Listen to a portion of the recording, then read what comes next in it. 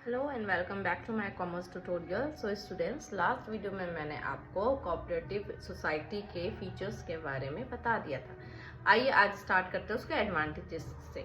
क्या क्या एडवांटेजेस है उसके, आइए देखते हैं। कोऑपरेटिव सोसाइटी किसके अंडर फॉर्म होता है? रजिस्ट्रेशन उसका किसके अंडर होता है? अंडर कोऑपरेटिव सोसाइटी एक्ट 1912 के अंदर उसका रजिस्ट्रेशन होता है and it is compulsory. So what are the advantages? First, equality in voting में कल भी मैंने आपको बताया था कि जो कोऑपरेटिव सोसाइटी होता है वो वॉलंटरी एसोसिएशन होता है, राइट। इजी टू जो मेंस है वो इजिली आ सकते हैं और इजिली जा भी सकते हैं। उनका मेंबर जो मैनेजर कमेटी होता है वो वोटिंग के थ्रू इलेक्ट होता है और बाकी जो मेंबर्स भी आते हैं वो वोट के थ्रू ही आते हैं। ओके तो कल भी मैंने आपको ये चीज बताया था कि इट इज इक्वल राइट्स है, सबको वोटिंग का इक्वल राइट्स होता है, एक पर्सन के लिए एक vote. Okay, that is one man one vote. Democratic होता है, जैसे हमारा इंडिया डेमोक्रेटिक कंट्री है, जैसे हम लोग अपना गवर्नमेंट इलेक्ट करते हैं उसी तरह हम कोऑपरेटिव सोसाइटी के मेंबर्स मैनेजर कमिटी इलेक्ट करते हैं through voting. Okay, second, limited liability. Okay, limited liability क्या होता है? लाइबिलिटी जिसको पे करने के लिए हमको अपनी पॉकेट से कुछ भी नहीं देना पड़े, अपना एसेट नहीं बेचना पड़े, अपनी प्रॉपर्टी नहीं बेचना पड़े, जो हमने खुद का अर्न किया है वो नहीं देना पड़े, उसे लिमिटेड लाइबिलिटी कहते हैं। और अनलिमिटेड लाइबिलिटी किसे कहते हैं कि डेप्थ चुकाने के लिए हमें अपना भले सब कुछ ही क्यों ना बेचना पड़े लेकिन हमें देना पड़ेगा।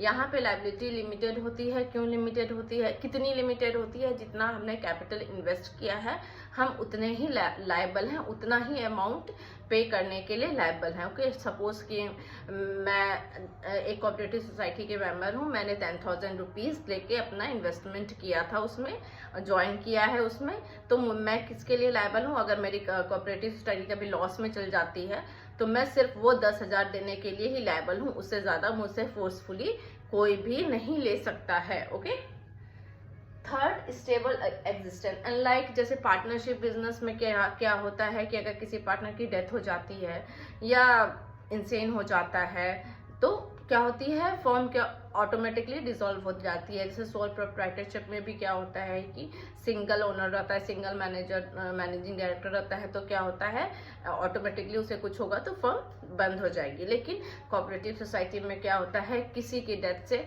जो ऑर्गेनाइजेशन को कोई हार्म नहीं होता है, वो उसकी कंटिन्यूटी पे कोई असर नहीं होता है, वो चलता रहेगा क्योंकि वो मेंबर्स ज्वाइन भी कर सकता है, ज्वाइन करता रहेगा और कि किसी भी एक पर्सन के जाने से या नहीं रहने से कोई फर्क नहीं पड़ता है। Okay, fourth, economy in operation. Economy एक तो पहला इसका सबसे ज्यादा एडवांटेज क्या है कि वो कैश देता है, कैश से ही काम करता है, कोई क्रेडिट नहीं लेता है, तो इकोनॉमी ऑब्वियसली होगा। ठीक है, फिंगर पे सारा कैलकुलेशन हो सकता है। सेकेंड ये है कि ज्यादा ये चूंकि पब्लिक को सर्व करने के लिए ये ऑर्गेनाइजेशन कोऑपरेटिव सोसाइटी फॉर्म होती है, तो ये पूरा कोशिश करते हैं कि जितना ही मिनिमम वेस्ट हो सके, जितना कम से कम खर्चा हो सके और खर्चा कम हो और आमदनी ज्यादा हो और जो सोसाइटी को ज्यादा सर्व कर सके, राइट।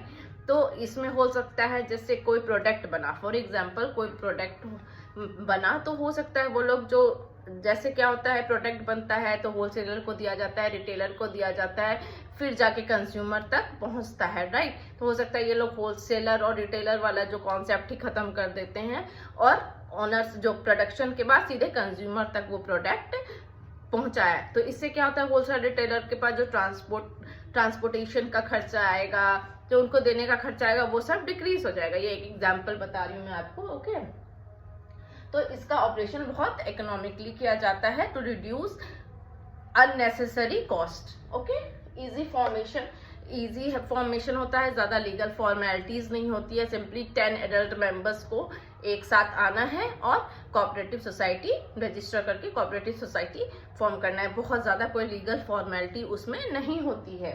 सिक्स, गवर्नमेंट सपोर्ट क्यों करेगा? इसलिए करेगा क्योंकि ये प्रॉफिट मैक्सिमाइजेशन के लिए नहीं, सोसाइटी को सर्व करने के लिए कोऑपरेटिव सोसाइटी फॉर्म होती है, राइट। जो अपर केस और लोअर केस का डिफरेंस है उसको मिनिमाइज करने के लिए कोऑपरेटिव सोसाइटी फॉर्म होती है तो गवर्नमेंट ऑब्वियसली सपोर्ट करेगा।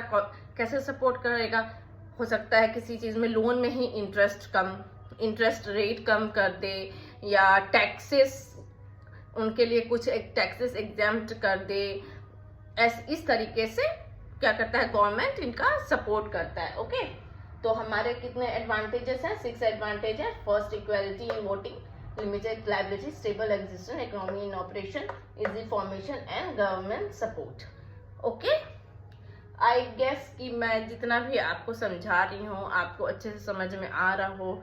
अगर आपको समझ में आ रहा है तो please do like, share and subscribe my channel. Thank you.